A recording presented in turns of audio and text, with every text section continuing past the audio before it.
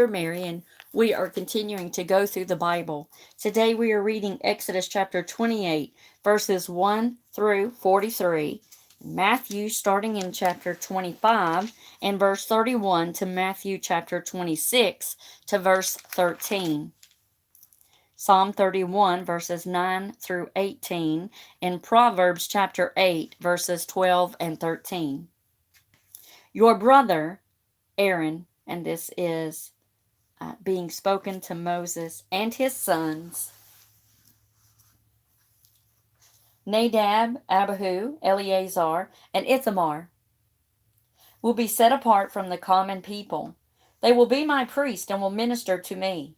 Make special clothing for Aaron to show his separation to God, beautiful garments that will lend dignity to his work. Instruct all those who have special skills as tailors to make the garments that will set Aaron apart from everyone else, so he may serve me as a priest. They are to make a chest piece, an ephod, a robe, an embroidered tunic, a turban, and a sash. They will also make special garments for Aaron's sons to wear when they serve as priests before me. These items must be made of fine linen cloth and embroidered with gold thread, blue, purple, and scarlet yarn. The ephod must be made of fine linen cloth and skillfully embroidered with gold thread, blue, and purple, and scarlet yarn.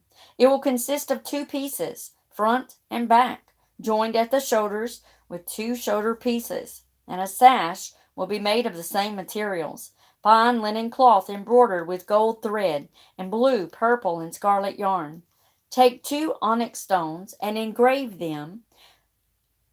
on them the names of the tribes of Israel. 6 names will be on each stone, naming all the tribes in the order of their ancestors' births. Engrave these names in the same way a gem cutter engraves a seal. Mount the stones in gold settings. Fasten the 2 stones on the shoulder pieces of the ephod as memorial stones for the people of Israel. Aaron will carry these names before the Lord as a constant reminder. The settings are to be made of gold filigree, and 2 cords made of pure gold will be attached to the settings on the shoulders of the ephod. Then, with the most careful workmanship, make a chest piece that will be used to determine God's will. Use the same materials as you did for the ephod. Fine linen cloth embroidered with gold thread and blue and purple and scarlet yarn. This chest piece will be made of 2 folds of cloth, forming a pouch 9 inches square. 4 rows of gemstones will be attached to it. The first row will contain a red carnelian, a chrysolite, and an emerald. The second row will contain a turquoise, a sapphire, and a white moonstone. The third row will contain a jacinth, an agate, and an amethyst. The fourth row will contain a beryl, an onyx, and a jasper. All these stones will be set in gold. Each stone will represent one of the tribes of Israel, and the name of that tribe will be engraved on it as though it were a seal. To attach the chest piece to the ephod, make braided cords of pure gold. Then make 2 gold rings and attach them to the top corners of the chest piece. The 2 gold cords will go through the rings on the chest piece, and the ends of the cords will be tied to the gold settings on the shoulder pieces of the ephod. Then make 2 more gold rings and attach them to the two lower inside corners of the chest piece next to the ephod, and make 2 more gold rings and attach them to the ephod near the sash. Then attach the bottom rings of the chest piece to the rings on the ephod with blue cords. This will hold the chest piece securely to the ephod above the beautiful sash. In this way, Aaron will carry the names of the tribes of Israel on the chest piece over his heart when he goes into the presence of the Lord in the holy place. Thus the Lord will be reminded of his people continually. Insert into the pocket of the chest piece the Urim and Thummim, to be carried over Aaron's heart when he goes into the Lord's presence. Thus Aaron will always carry the objects used to determine the Lord's will for his people whenever he goes in before the Lord. Make the robe of the ephod entirely of blue cloth, with an opening for Aaron's head in the middle of it. The opening will be reinforced by a woven collar, so it will not tear. Make pomegranates out of blue, purple, and scarlet yarn, and attach them to the hem of the robe, with gold bells between them. The gold bells and pomegranates are to alternate all the way around the hem.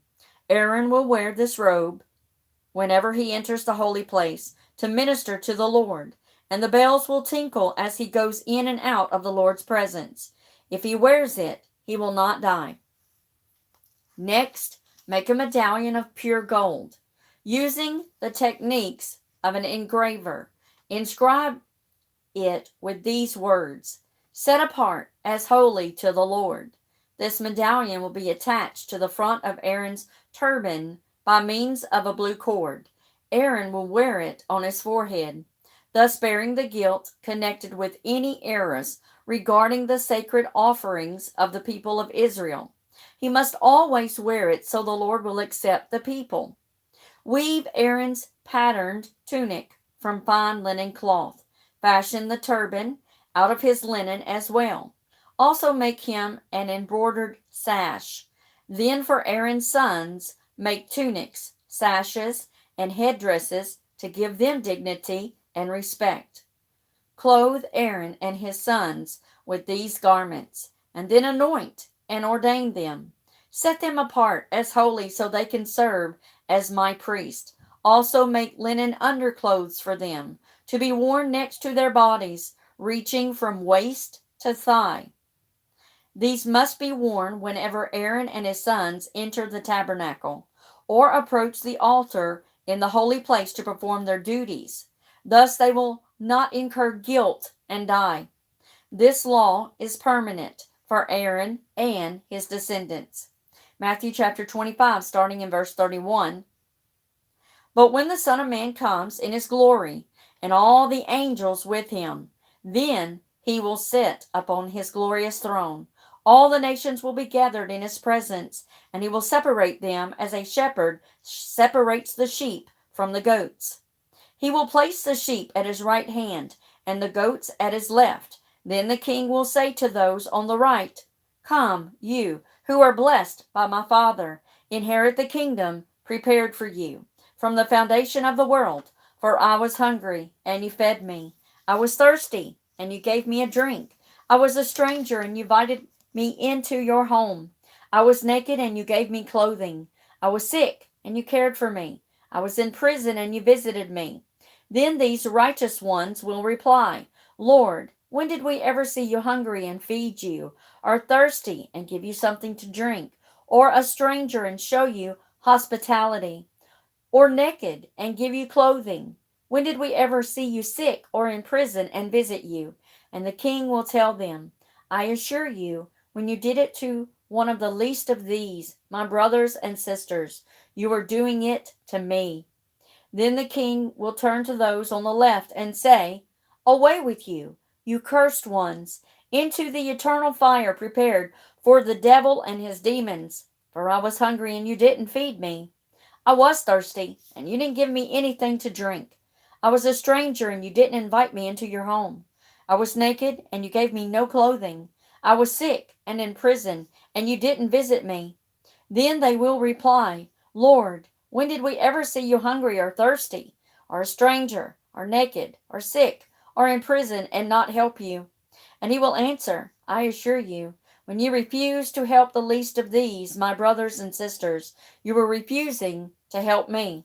And they will go away into eternal punishment, but the righteous will go into eternal life. When Jesus had finished saying these things, he said to his disciples, as you know, the Passover, and this is started in chapter 26, verse 1. As you know, the Passover celebration begins in 2 days, and I, the Son of Man, will be betrayed and crucified. At that same time, the leading priest and other leaders were meeting at the residence of Caiaphas, the high priest. to discuss how to capture Jesus secretly and put him to death. But not during the Passover, they agreed, or there will be a riot. Meanwhile, Jesus was in Bethany, at the home of Simon, a man who had leprosy. During supper, a woman came in with a beautiful jar of expensive perfume and poured it over his head. The disciples were indignant when they saw this. "What a waste of money," they said. "She could have sold it for a fortune and given the money to the poor." But Jesus replied, "Why berate her for doing such a good thing to me? You will always have the poor among you, but I will not be here with you much longer. She has poured this perfume on me to prepare my body for burial. I assure you, wherever the good news is preached throughout the world, this woman's deed will be talked about in her memory." Psalm 31 verses 9 through 18. Have mercy on me, Lord, for I am in distress. My sight is blurred because of my tears. My body and soul are withering away. I am dying from grief. My years are shortened by sadness. Misery has drained my strength. I am wasting away from within. I am scorned by all my enemies and despised by my neighbors. Even my friends are afraid to come near me. When they see me on the street, they turn the other way. I have been ignored, as if I were dead, as if I were a broken pot. I have heard the many rumors about me, and I am surrounded by terror. My enemies conspire against me, plotting to take my life. But I am trusting you, O Lord, saying you are my God. My future is in your hands. Rescue me from those who hunt me down relentlessly. Let your favor shine on your servant. In your unfailing love, save me. Don't let me be disgraced, O Lord, for I call out to you for help. Let the wicked be disgraced. Let them lie silent in the grave. May their lying lips be silenced, those proud and arrogant lips that accuse the godly. Proverbs chapter 8, verses 12 and 13. I, wisdom, live together with good judgment. I know where to discover knowledge and discernment. All who fear the Lord will hate evil. This is why I hate pride, arrogance, corruption, and perverted speech.